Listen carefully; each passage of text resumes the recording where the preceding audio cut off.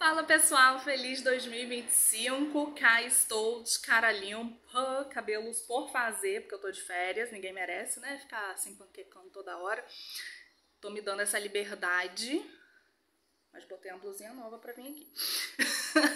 E os brinquinhos de conchinha da praia continuam. Esses brinquinhos eu comprei, cara, tem 10 anos, acho que é, sei lá, lasca de alguma coisa, foi bem baratinho.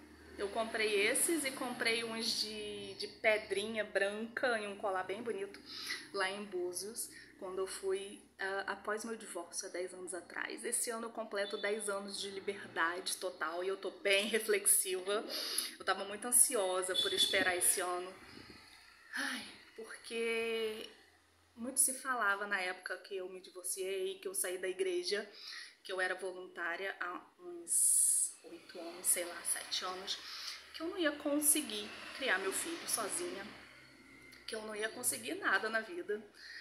E fora que quando a gente sai de uma igreja depois de muito tempo, principalmente neopentecostal, o que cai de maldição sobre a gente, né? Só que eu nunca acreditei, nem nunca absorvi essas maldições pra minha vida. Eu nunca fui tão feliz na minha vida. Desde que eu saí dessa igreja, desde que eu me divorciei, foi extremamente difícil passar pelo vale, né, como diz a Bíblia, o vale da sombra e da morte. E na época eu lembro que eu tinha muitos sonhos, antes das coisas acontecerem, sabe? Eu tive muitos sonhos que me mostravam eu e meu filho sozinhos, eu e meu filho andando com dificuldade, eu e meu filho caminhando sozinhos, e eu não entendia. Mas agora, 10 anos depois, uma década depois, eu consigo entender cada um daqueles sonhos que aconteciam. Esses sonhos eu entendi na época que era um preparatório para minha vida. Eu entendi na época que estava me mostrando uma trajetória difícil, a qual eu teria que passar. Mas passou. Passou, 10 anos se passaram e eu vejo o quanto que eu tô mais forte, o quanto que foi bom eu não ter sucumbido, eu não ter desistido, por mais difícil que tenha sido. Foi uma caminhada 90% sozinha, sabe? Eu por mim mesma.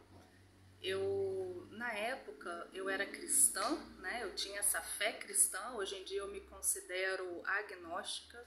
Não sei exatamente a fé religiosa que eu tenho. Eu não tenho uma fé mais baseada em religiões, mas eu gosto de estudar religião. Eu já estudei várias ao longo da minha vida. Comecei lá nos meus 12 anos de idade, muito curiosa sobre a Wicca, porque o meu aniversário é 31 de outubro, dia das bruxas, então quando eu descobri isso, eu fiquei curiosa e fui tentar descobrir outras coisas. Eu já lia sobre espiritismo, kardecismo, e aí eu fui lendo sobre outros assuntos, lia sobre budismo, lia sobre xamanismo e fui lendo vários assuntos até entender que o mundo é plural. E depois disso eu fui entendendo também, né, a partir do inglês eu fui entendendo outras culturas, né, fui tendo acesso a várias culturas e isso foi ampliando o meu horizonte de uma forma muito legal, que eu considero assim um privilégio para mim ter tido essa abertura desde a minha infância, né? E eu tento passar isso para o meu filho, para os meus alunos até hoje, né? Essa amplitude do nosso mundo, da gente tentar compreender as diferenças que nós temos, né? Culturais, diferenças familiares, né? Diferenças de criação, diferenças religiosas, de pensamento. E com isso eu tento difundir mais o pensamento crítico. Eu acho que é importante e me apego mais aos valores, né? O respeito ao próximo, o amor ao próximo, a empatia, que a gente precisa de fato para esse mundo. A gente não precisa da religião em si, não que eu não considere isso, que eu não considere a religião importante. Eu acho que é importante, foi importante para a humanidade. E acredito que ainda é importante porque muitos valores se constroem dentro dessas comunidades religiosas, mas eu percebo que a gente não precisa dessas comunidades religiosas para adquirir esses valores na nossa vida, né? A A gente pode adquirir isso com a filosofia, a gente pode adquirir isso vivendo, né? Sendo bons, bons humanos, sendo bons seres humanos. Enfim, esse ano eu tô bem reflexiva por conta disso tudo. Meu filho terminou o ensino médio, passou na Federal para fazer um curso técnico, eu tô muito feliz. E ele, principalmente ele, está muito feliz. Tá se sentindo realizado, conquistador, sabe? E não tem nada melhor para uma mãe do que ver um filho realizado, né? E, enfim, e ver que a gente conseguiu chegar até aqui, chegar bem, né? Apesar de tudo, apesar de todas as coisas que aconteceram, de várias situações, eu ouvia muito que eu não ia conseguir, sabe? Mas eu decidi não ligar. É claro que muitas das vezes eu falava assim, cara, eu realmente não vou conseguir. Quantas vezes eu me deitei aqui no chão. Eu amo deitar no chão, né? Desde criança eu não perdi esse costume. Eu amo deitar no chão para refletir, para pensar. Mas eu, tanto lá nas kitnets que eu e meu filho já moramos na vida, né? Quanto aqui nesse último apartamento, que tem uma sacadinha que eu amo, que eu gosto de deitar ali no final do dia para ver as estrelas começando a surgir no céu. E aí eu consigo parar para refletir, principalmente nesse início de ano, o quanto que a gente teve que superar e o quanto que meu filho foi um filho maravilhoso, que nunca me questionou nada, que sempre acreditou em mim, até porque se ele não acreditasse em mim, era quem estava criando ele, né? Foi quem criou ele sozinha, basicamente, nesses últimos anos. E aí eu percebi que eu tinha que acreditar em mim, que muitas das vezes a gente não vai ter nem fé. Tipo, a gente não vai ter nem fé para acreditar que algo maior possa surgir, acontecer, mas a gente vai percebendo que a vida é isso, altos e baixos, muito das nossas escolhas. Às vezes nós não temos a escolha, né? As pessoas falam assim, você tá colhendo o que você plantou, né? Enfim, tem muito desses jargões prontos, mas eu não acho que a vida seja feita de jargões prontos, sabe? A vida é o que é. E, enfim, existem várias fases das nossas vidas e eu tô me sentindo muito leve esse ano. Sabendo que eu tomei muitas decisões acertadas, sabe? Principalmente a de diminuir um pouco o ritmo para esse ano, de ter saído de uma das escolas que não estava me fazendo bem mais. E quando não nos faz bem, a gente precisa eliminar.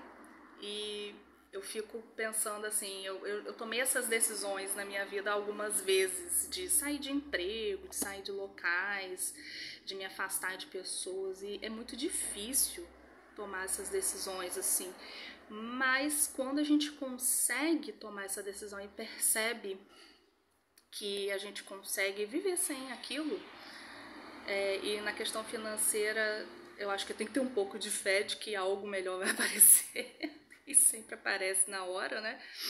É uma decisão difícil, mas eu acho que vale a pena, sabe? Vale a pena porque a nossa saúde mental agradece, né? Muitas pessoas falam assim, porque é luxo falar sobre saúde mental, priorizar a saúde mental. Eu não acho que seja luxo, eu acho que é necessário. Muitas das vezes eu tomei essa decisão pela minha saúde mental, mesmo afetando minha área financeira, questão de trabalho, né? Mas eu não me arrependo. Não me arrependo, porque o financeiro se ajeita, sabe? Eu passei 2 anos fazendo trufas para vender, para poder me ajudar a quitar algumas dívidas. E é isso, cara. E foi tão mais leve assim, sabe? Ir pra cozinha fazer essas trufas e tentar vender, do que tá na outra situação que eu estava. Então, às vezes a gente precisa pensar fora da caixa. E a gente, como não sei se eu estava gravando nesse vídeo ou no outro que eu estava fazendo para os alunos, agora eu me perdi, mas eu vejo tantas pessoas apegadas ao medo de sair do emprego, medo de sair de uma igreja, medo de sair de um relacionamento, medo de sair da casa dos pais, medo de se afastar de amigos, né? Como professora eu já ouvi várias situações desse tipo, tanto de adolescentes, quanto de crianças, quanto de adulto. A gente se apega muito a medo e a gente precisa se libertar um pouco desses medos, né? Quando a gente para pensar, a gente não tinha essas coisas antes, né? Se a gente para pensar na timeline da nossa vida, nem sempre essas coisas ou essas pessoas estiveram na nossa vida. Então por que a gente tem medo de mudar? Sendo que essas coisas chegaram na nossa vida, a gente tem o direito de aceitar ou não, né? A amizade das pessoas, os relacionamentos, a gente vai nessa, aceita ou não aceita. E aí a gente percebe que tá ok, chegou o tempo de se afastar disso, chegou o tempo de buscar coisas novas, novos projetos, novas oportunidades, novas amizades.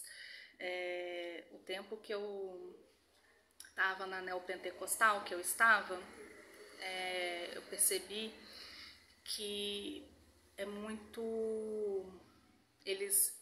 Eu entendo hoje que era um estilo meio seita, porque lá no início eles falavam pra gente se afastar muito das pessoas que estavam à nossa volta, para não pecar, para não errar, e eu vejo o quanto que isso foi maligno na minha vida, porque quando eu saí de lá eu estava sozinha, eu já não tinha mais proximidade com várias pessoas, não que essas pessoas fossem perfeitas também, mas que talvez pudessem me ajudar nessa trajetória ou a pensar de forma diferente, porque quando a gente é embutida a um tipo de pensamento, a uma linha de pensamento, é muito difícil a gente se livrar dessa linha de pensamento sozinhos.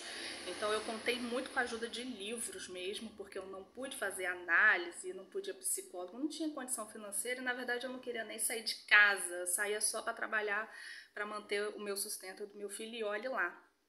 E até os estudos passou a ser tudo online. Então, assim, foi realmente difícil, mas quando eu paro para pensar que é possível vencer esses medos, essas dificuldades e mudar a nossa mentalidade, mesmo que ela tenha sido forjada de uma forma muito quadradinha, sabe? Muito cortadinha, muito moldada, a gente pode meter um fogo para derreter isso e moldar de novo. Não é fácil não, mas é possível. E por que eu tô refletindo tanto sobre tudo isso, gente? Porque início de ano, eu sempre converso com alunos sobre meta, né? Eu já dei aula de educação socioemocional, já dei aula de inteligência emocional para adultos, para adolescentes.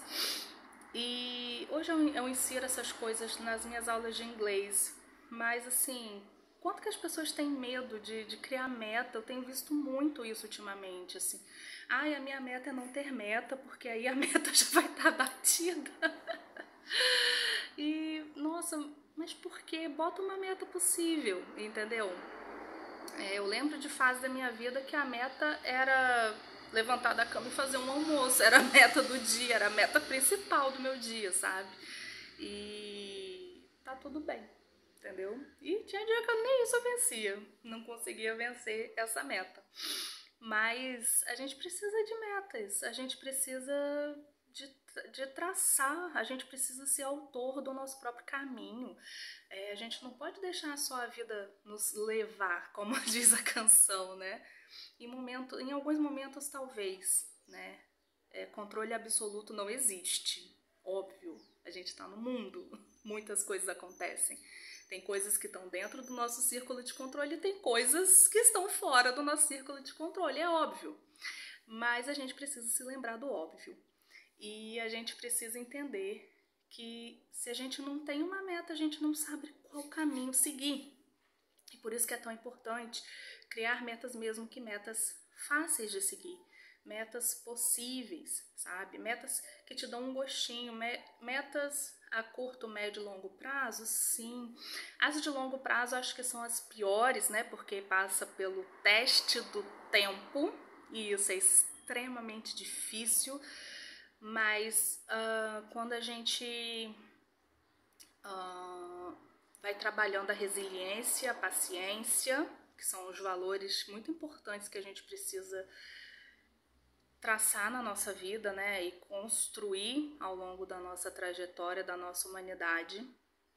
A gente percebe que não tem outro jeito.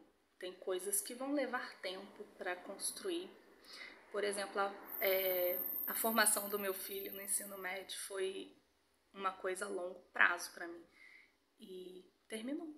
Chegou ao fim, acabou essa fase. Agora é a fase dos vestibulares, fase das faculdades, dos cursos técnicos. E é isso, sabe? Vou viver outras fases agora. Mas é muito gostoso quando termina uma fase grande. Mas as fases médias e curtas também, sabe? Quando a gente consegue alcançar essas metas curtas e médias, é muito legal. E olhando para as minhas metas do ano passado, 2024, eu mexi nas minhas metas 5 vezes. E eu chamo isso de realinhamento. É você ter resiliência. Tem oportunidades que vão surgir daqui a 1 mês, 2 meses, 6 meses, a moto passando, gente. Então tem situações, projetos novos que vão surgir, coisas novas que vão surgir, que você vai precisar reajustar aquilo que já estava em andamento, ou talvez desistir de alguma coisa para pegar aquilo que é mais interessante para você. A vida vai acontecendo. E a gente, às vezes, acho que as pessoas têm uma ideia de que quando a gente traça uma meta é uma coisa muito engessada, e não é. É só uma rota. Talvez você desvie um pouquinho dessa rota, talvez você paralise um pouquinho aquela meta para seguir outra coisa, e depois você volta para pegar aquela meta e botar essa meta lá na frente, tá tudo bem, a vida é sua. Sabe, quem vai decidindo o ritmo também que você vai alcançar as coisas é você. Tem muita... Eu percebo que tem muito medo das pessoas de se frustrarem, de não alcançar as coisas, sabe? E a frustração faz parte da vida, faz muito parte da vida. Quem se frustrou bastante sabe, né? E a gente não pode se privar. Eu gosto muito daquele filme Divertidamente, que ele fala sobre as emoções, né? Eu gosto de trabalhar com as crianças sobre emotions, com aquele filme. E eles retratam no filme a importância de todas as emoções. E é importante a gente se frustrar, é importante a gente ter medo, é importante a gente estar triste, é importante a gente chorar. Faz tudo parte da nossa humanidade, de quem nós somos. Bom, pessoal, tudo isso para falar o quê? Para te motivar a ter metas para 2025, mesmo que elas mudem ao longo do caminho, mas bota metas possíveis em tempos possíveis, sabe? Para isso você precisa se conhecer um pouco, então busca um pouquinho do autoconhecimento, talvez antes, mas para refletir sobre quem você foi ano passado, o quanto que você demorou para conquistar certas coisas, como que foi para você tudo. Reflita sobre o ano que se passou, os anos que se passaram. Eu tô aqui refletindo sobre uma década. Uma década.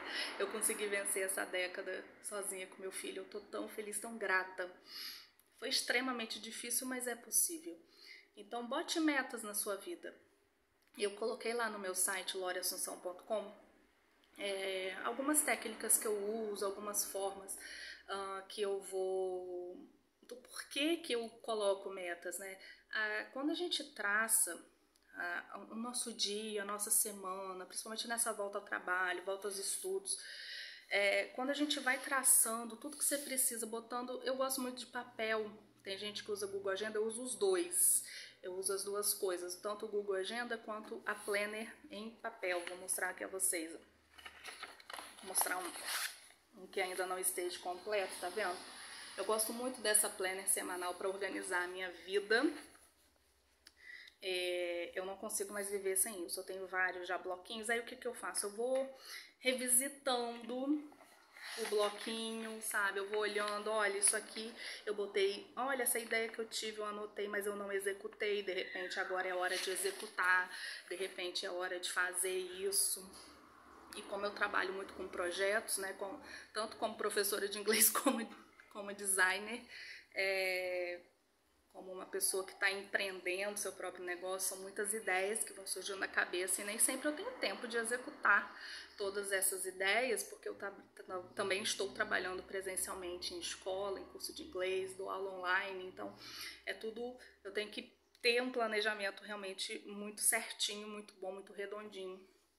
Mas planejar a semana, entender como vai ser a minha semana, me trouxe muita paz e tranquilidade, sabe? Eu, por exemplo, eu tenho um problema sério com coisas burocráticas. Eu odeio, eu surto, sabe? Odeio papel. Claro que vida adulta é isso, né? Papel, é documento, essas coisas importantes. Eu surto, às vezes eu dou uma surtada. E aí eu respiro fundo, trabalho, meditação, respiração, aquela respiração da meditação.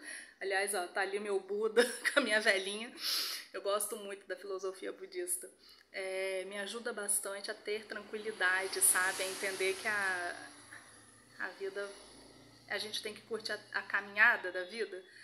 A gente vai curtindo essa caminhada. Então, assim, quando a gente se organiza, a gente consegue ter uma tranquilidade maior da nossa cabeça. Eu ensinava muito aos alunos e muitos deles, obviamente, me criticavam bastante, principalmente os adolescentes, porque eles, quando olhavam para aquela semana inteira de trabalhos e provas e testes, enfim, eles ficavam ansiosos. Mas, quando a gente marca uma data para uma prova, ou para um teste, ou para uma coisa específica, na verdade, você tem um tempo para se preparar antes. É porque muitas das vezes as pessoas pensam só naquela data, né? Vão se organizar um dia antes, vão fazer trabalho na noite anterior para entregar na manhã seguinte, né? E a gente precisa tentar se organizar antes. Temos algumas dificuldades que são pertinentes à nossa mente, às vezes a forma como a nossa mente funciona. Eu tive alunos que tinham muita dificuldade de entender, de planejar coisas para o futuro, de fazer coisas antes, sendo que era uma outra data, e isso era algo realmente de uma dificuldade inerente a ele, mas é possível a gente ir trabalhando isso. Eu mesma tinha muita dificuldade de me organizar, sabe, de planejar. Nossa, o que era Lauren de 10 anos atrás? De 20 anos atrás, eu já tô com 39, né? De 20 anos atrás, eu jamais conseguiria.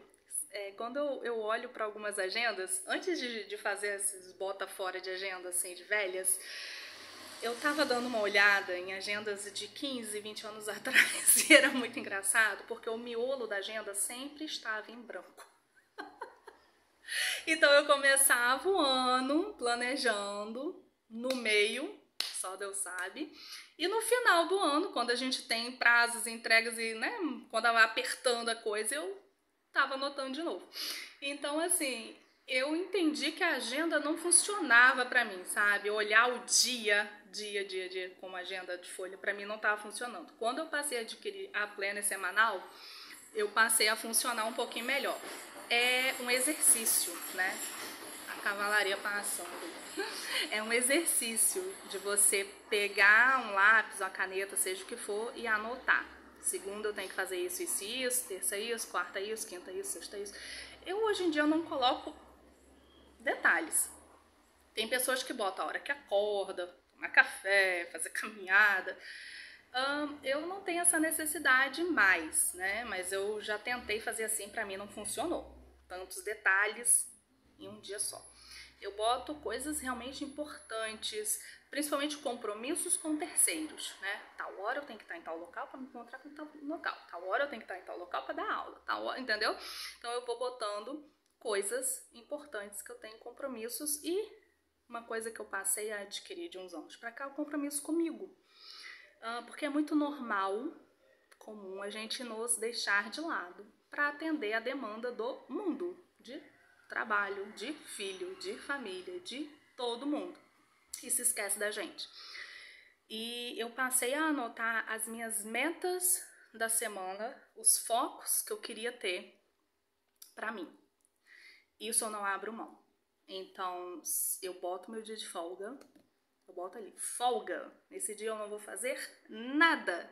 Não quero fazer nada.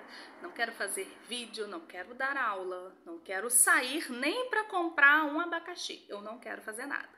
Então eu tiro aquele dia de folga realmente quando eu sinto que eu tô necessitada. E quando eu sinto que eu tô energética, trabalhando, eu trabalho sábado, domingo, feriado, eu vou aproveitando a energia e vou trabalhando, fazendo pequenas pausas, porque a gente não é um robô, né? Eu até botei lá no meu LinkedIn, human, eu sou humana, eu não sou uma inteligência artificial. Aliás, inteligência artificial nem existe esse termo, porque eles roubam praticamente todo o conhecimento que foi gerado por seres humanos, que somos nós. Mas tudo bem, isso é papo para outro vídeo. Mas a gente precisa ter essa noção de que nós somos humanos, temos limitações. Bom, fiz essa pausa aqui agora que eu estou vendo que tá quase em 30 minutos de vídeo, né? Eu falo pra caramba, mas professor é isso, tá, gente? Que tava passando um carro de som aqui do lado. Mas enfim, gente, é isso. A gente precisa ter metas na nossa vida, mesmo que isso seja difícil. Coloque metas possíveis pra você. Sabe, coisas que você já vai fazer, que já está em mente de fazer, bota isso como meta. Se precisar, muda. Não tenha medo, sabe? Muda. Se tiver oportunidades melhores, vá atrás das oportunidades melhores, tanto de estudo, quanto de trabalho, quanto de relacionamento, quanto de tudo. A gente só tem essa vida. A gente só tem uma vida e é muito importante que a gente seja autor da nossa vida.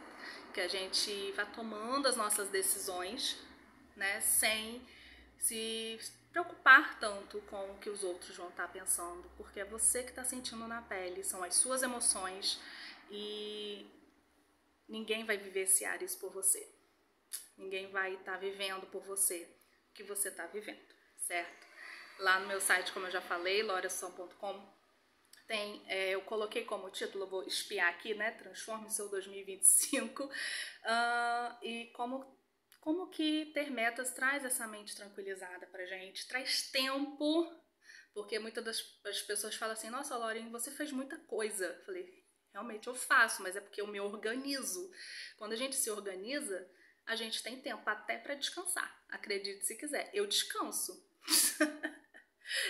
Quando as pessoas olham minha vida assim, né, que eu tô dando aula ali, tô dando aula lá, tô dando aula à noite, e tô fazendo vídeo pro YouTube, tenho site, tenho rede social, e faço bombom pra vender, e faço curso, eu estudo ainda, e tenho filho pra criar, gente, tá com 18 anos, mas ainda tá, né, na minha casa, tem que sair pra fazer compra, enfim, tem que fazer de tudo.